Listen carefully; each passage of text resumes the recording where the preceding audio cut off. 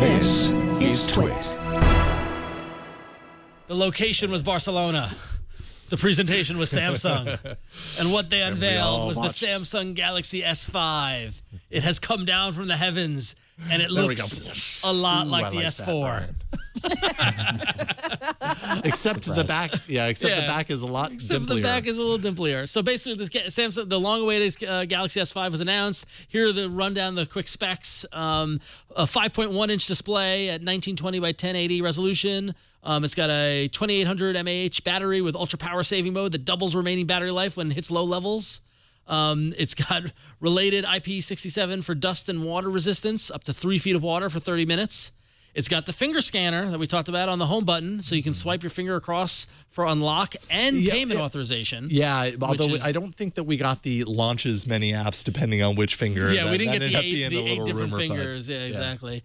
So it's it's got a whole bunch of, I can't even go through all the specs. A whole bunch of new specs. Don't. Cameras, all the stuff. Basically, it's a little bigger, a little heavier, a little more powerful than the Galaxy S4, and it's got the new design that is supposedly better to hold on to. That gives you a better grip. And aren't we lucky that Marquez, you saw and played around with this? You actually made a fantastic video about it. What was your take on the S5?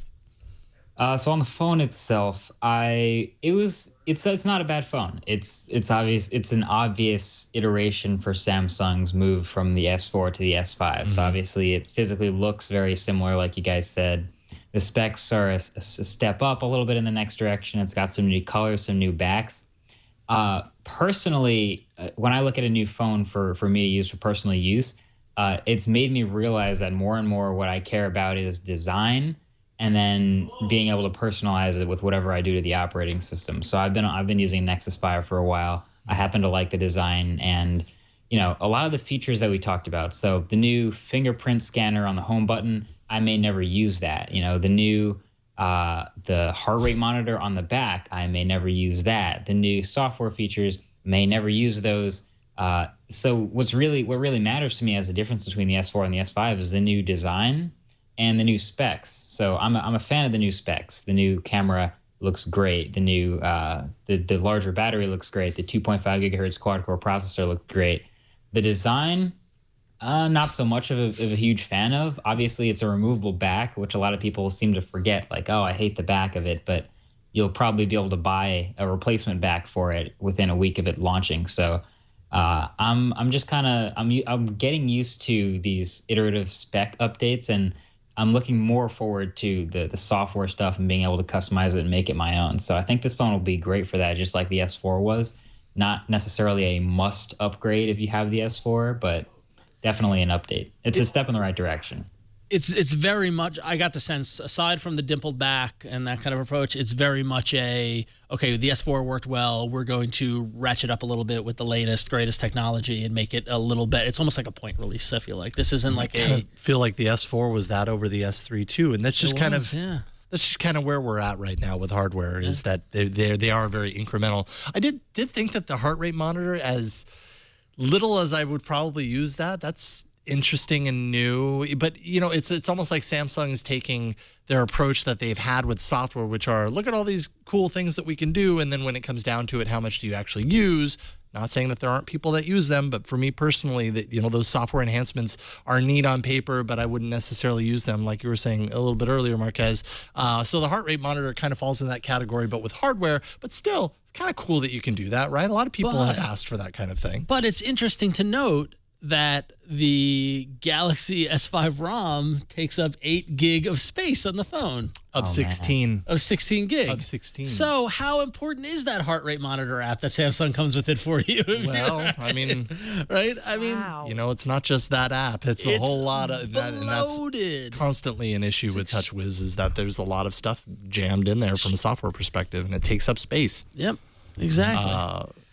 Yeah. But if you're looking for it, the Galaxy S5 will be available on April 11th. And Sprint and T-Mobile say their customers will get to buy it in a couple of months, and AT&T said they will reveal more soon. So if you're looking for the date to pick it up. It's going to be April 11th and thereafter, depending on your carrier. I mean, pretty much worldwide. If you've seen the S4, you're going to see the S5. I mean, there's no stopping the Samsung train at this point. Yeah. As far as that's Gina, concerned. what do you think of the S5? What's your take on it? Yeah. Okay. Yeah. I mean, it seems like an iteration. I mean, I think that fans of like this phone will be excited about this. I really haven't used a whole lot of the Samsung, this Samsung line. But yeah, sure. Now they did make some changes that I will give it props for the camera and the SoC, actually, the system on the chip, which is, I believe it's the what is it? It's the Snapdragon 801. Boost from the 800, and that actually enables them to do faster image processing, and they're doing some pretty cool things. You know, I think they tout the fastest autofocus at 0.3 seconds to focus and take a shot. So, you know, really fast. Camera. So what's that? The camera, I think the camera was one of the best parts of this update. It had, like, I think they mentioned a separate image processor, so separate from the 801, and the shots that I was taking with it, there was this burst mode that took 30 shots in maybe 3.5 seconds or something like that.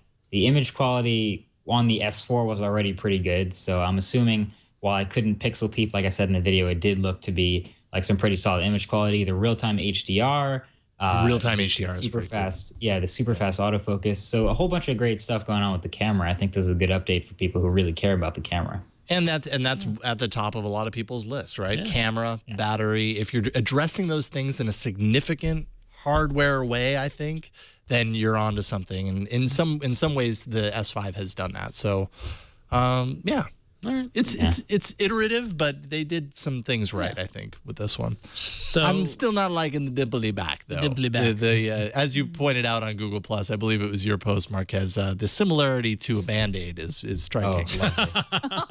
Well, supposedly, from what I read, Marquez, tell me if I'm wrong, but it gave more of a grip than the S4. Like it felt more like it was better to hold in the hand. Definitely, yeah. It's got, if you've ever played with the Note 3, that has a sort of a tacky feel to it besides a lot of stitching. This is even more tacky than the Note 3 and the new Samsung tablet, so it's definitely grippier. And it's still the removable back, so it was curious to me that it was still IP67, so water resistant, dust resistant. But I like the feel of the back. If it was flat, if it didn't have those dimples, it would be great. There's no way you're going to see fingerprints on it. It looked really cool. It didn't look like it would wear very much. So I was happy about the material, but it was just not doing it for me for design.